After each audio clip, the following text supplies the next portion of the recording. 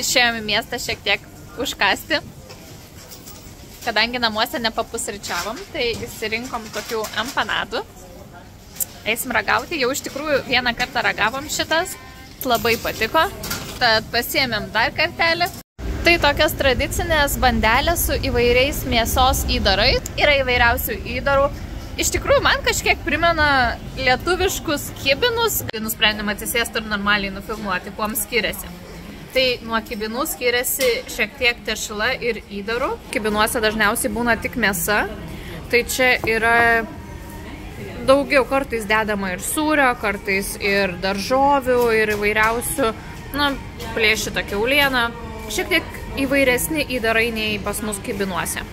Valgom jau ne pirmą kartą ir būtent šitoj empanadų kepiklėliai yra pačios skaniausios empanados. Na, o dabar užkandus, papusryčiavus galima filmuoti miestą. Šiaip, kol atėjom iki šitos vietos, kad nusipirkti kavos, bandelių, kiek ėjom, tiek atrodo, kad ir ten gražu, ir ten gražu, ir ten.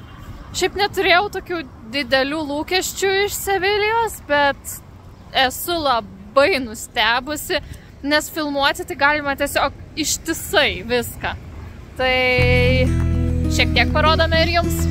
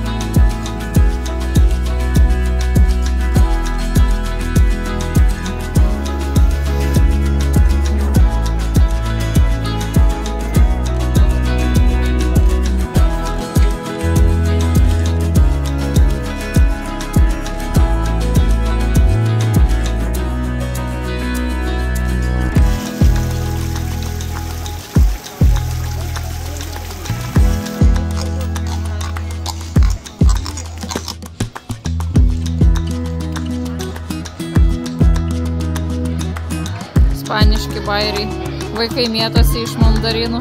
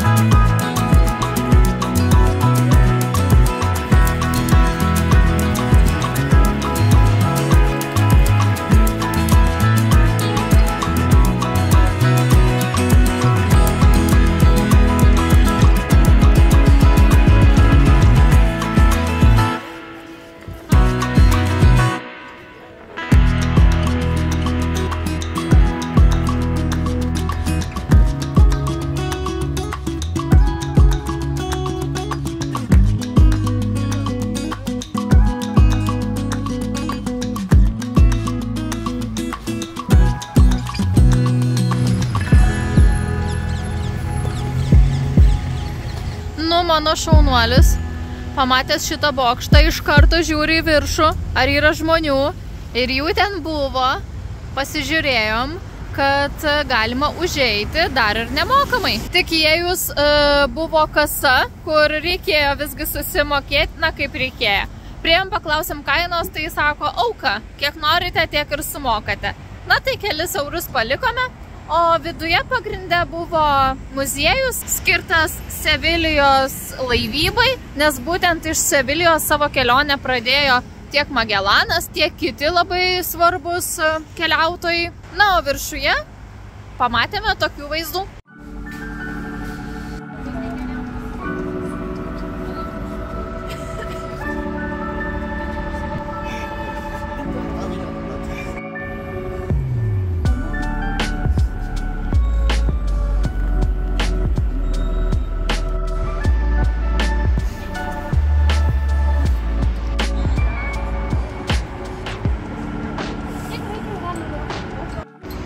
Gal iš čia ir nėra kažkokio labai ypatingo panoraminio vaizdo, bet matome, kad štai tas bokštas tikrai yra aukštesnis ir ten ir yra visas senamiestis, tai iš ten vaizdas ir turėtų būti įspūdingas, bet eisim ten rytoj.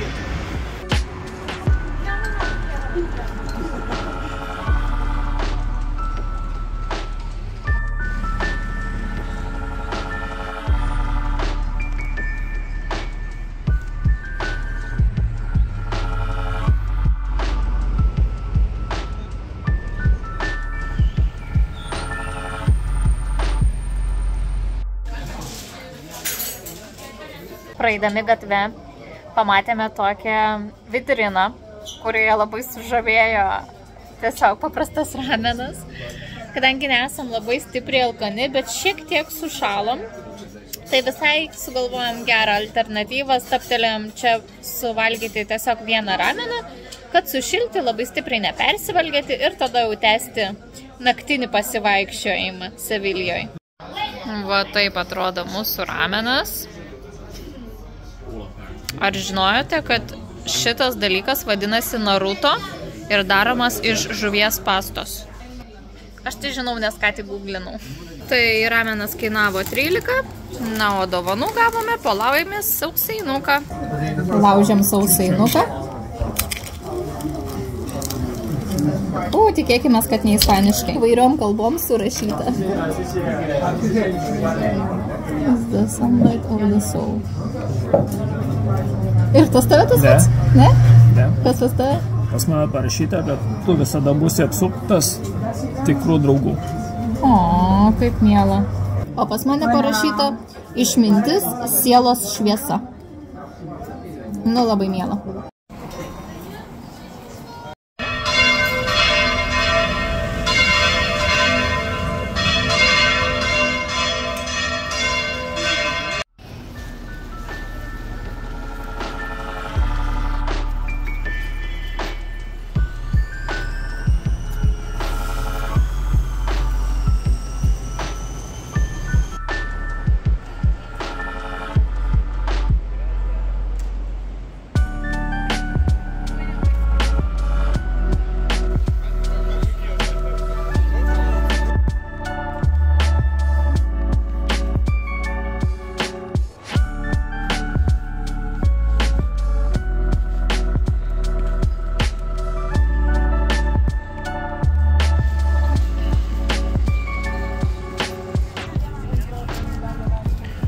Pamatėm tokius šviečiančius medžius, žiūrim, čia kažkas vyksta.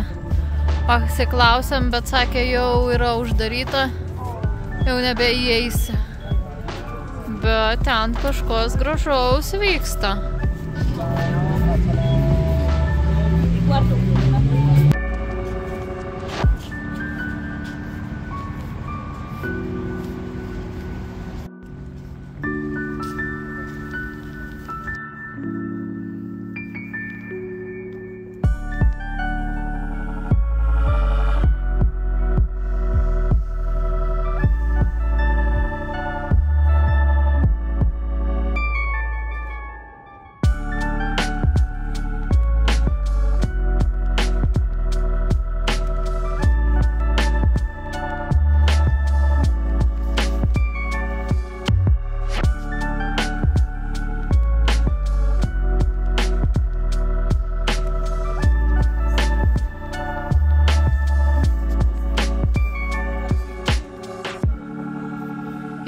Šį Sevilijos, net galėčiau pasakyti, perlą pasilikome rytojui, nes dieną pro čia greitai praėjom, matėm, kad be proto gražu ir žinome iš kitų vlogerių, jog čia galima ir pasiplaukioti. Štai šiame kanale čia aplinkui nuomoja valteles ir dienos metu galima plaukioti ir apžiūrėti visą šią aikštę iš vandens perspektyvos.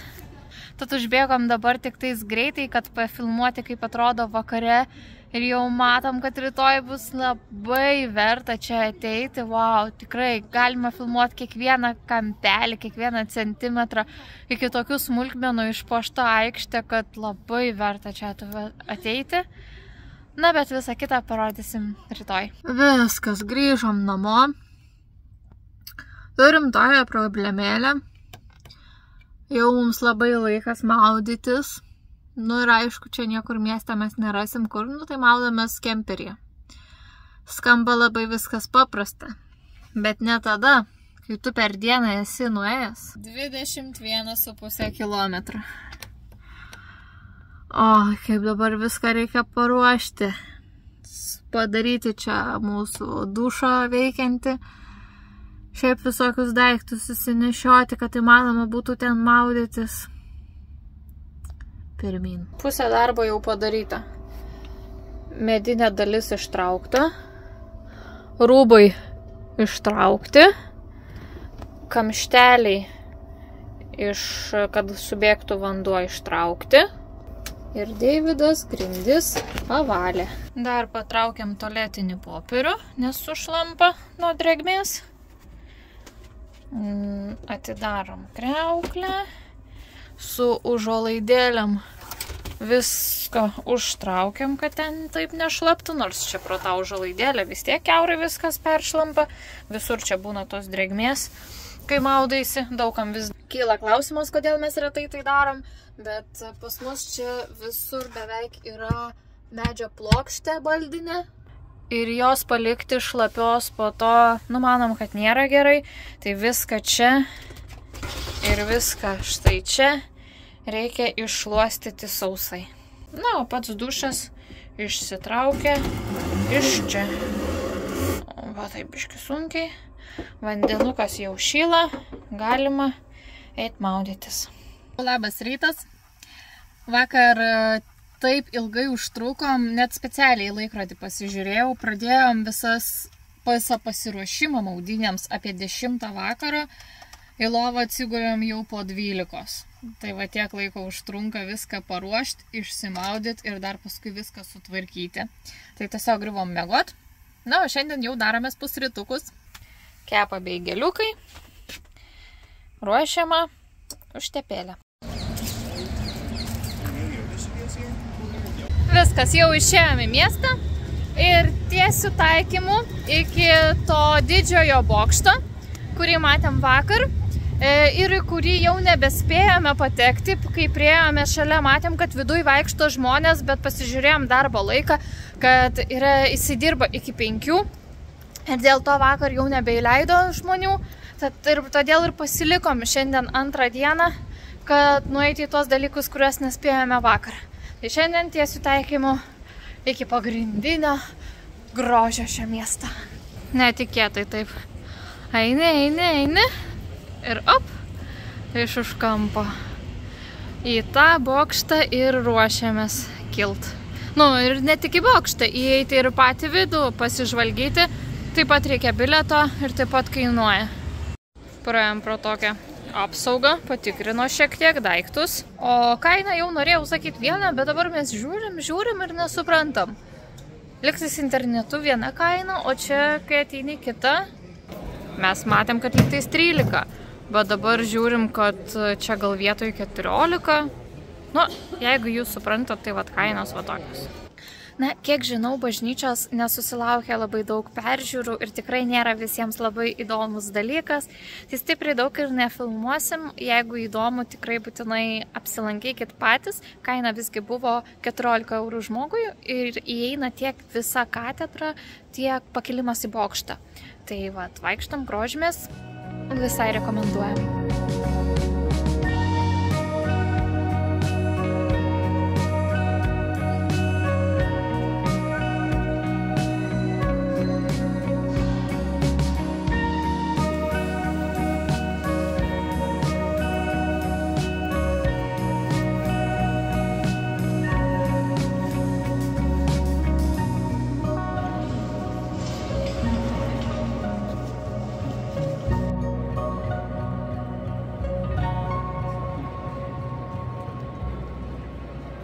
Na, mes jau pradėjome lipti į bokštą. Pradžioj kažkaip lipam. Galvom, kol kas gal tik tais tokios įkalnės toj prasidės laiptai. Nu, bet kiek lipam. Taip, tokios įkalnės vis laiptų. Kaip nebuvo, taip nėra. Ir iš tikrųjų pirmą kartą į bokštą lipam ne laiptais, o tokiam įkalnėm ir pagalvojom, kaip gerai žmonėm, ar su negalia, ar šiaip su vežimėliu, su vaikeliu. Nors ir be laiptų vis tiek nelengva buvo užlipti, beveik 100 metrų aukščio bokštas. Vaizdai pasakiškai, per kamerą matau, nelabai galėsiu kažką nufilmuoti, nes visur tokios grotos. Na, bet patikėkite mūsų žodžiu, tikrai labai gražu ir vis sakom, kad labai vertėjo čia eiti tiek į pačią katedrą, tiek į patį bokštą.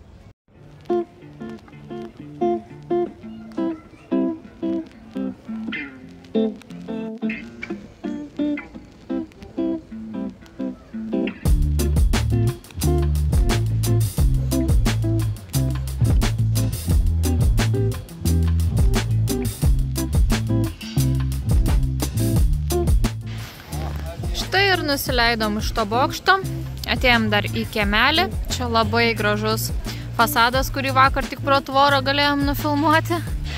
Iš tikrųjų, taip netikėtai užtrukome virš valandos ir tai dar, sakyčiau, mes čia taip paskubom, kai kur praėjom, tai jeigu eisite, užsidėkit visai laiko ir tikrai verta. Būnant Sevilijoje neįmanoma nepamatyti arkliukų. Jų čia visur labai daug ir važinėjančių, ir stovinčių.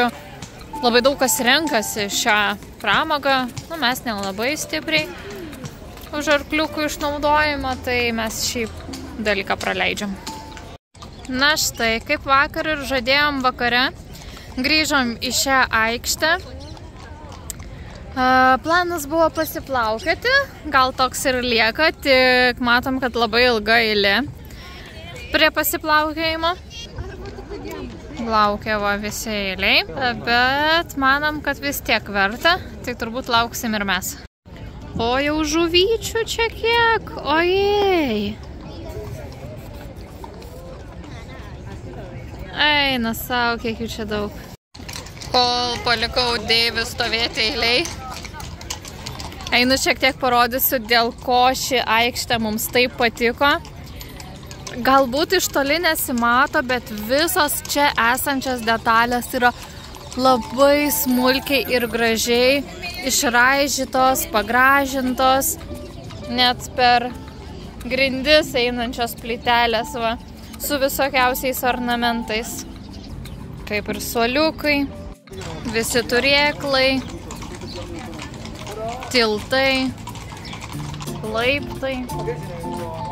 Na ir dar vienas dalykas, kurio nepavyko vakar nufilmuoti, tai per visą čia esantį aikštės perimetrą, tiek toj pusiai, tiek toj, eina štai tokie suoliukai, labai gražiai išpuošti, išraižyti ir kiekvienas yra skirtas tam tikram miestui. Čia va parašyta Kordoba, yra žemėlapis ties kiekvienu suoliuku, Korūna.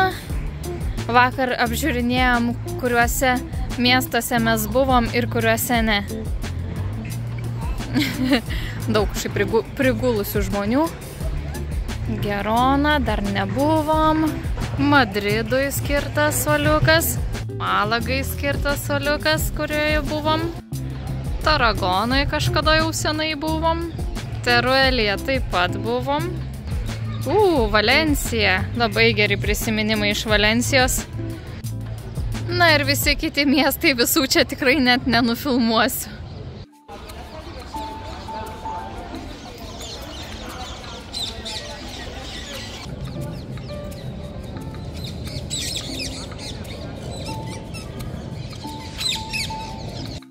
Na ir dar vakar buvom pakilę iš tai tuos bokštelius. Pakilimas ten yra nemokamai, atidaryta turbūt visą parą, nes vakar buvom gan vėlai vakare. Yra ir toj pusiai, ir toj.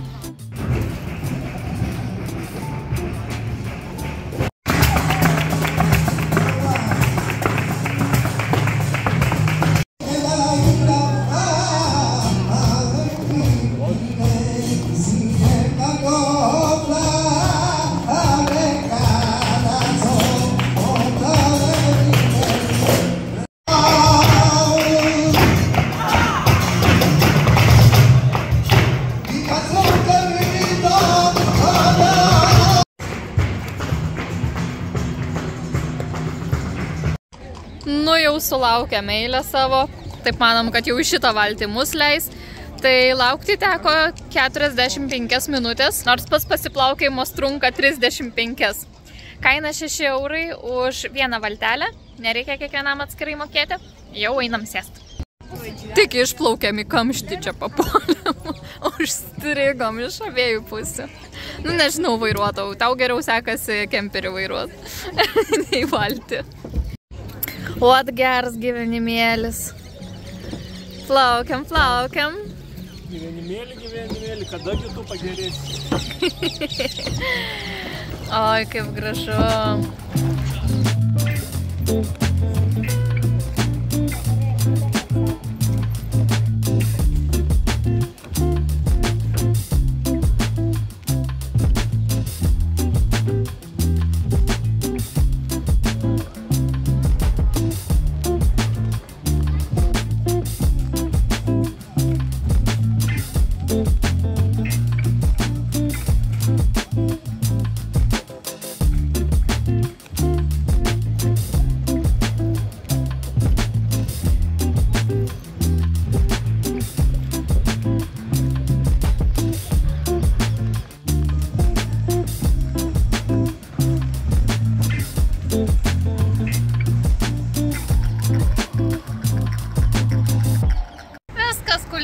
Namo. Prabuvom dar pusę dienos Sevilijoje. Pasižiūrėjau, kad 5 valandas dar šiandien prasivaikščiojom. Štai taip netikėtai. Miestas, kurį net svarstėm gal pravažiuoti, gal čia net nesukti. O užtruko mums 1,5 dienos. Labai esam patenkinti, labai verta čia užsukti.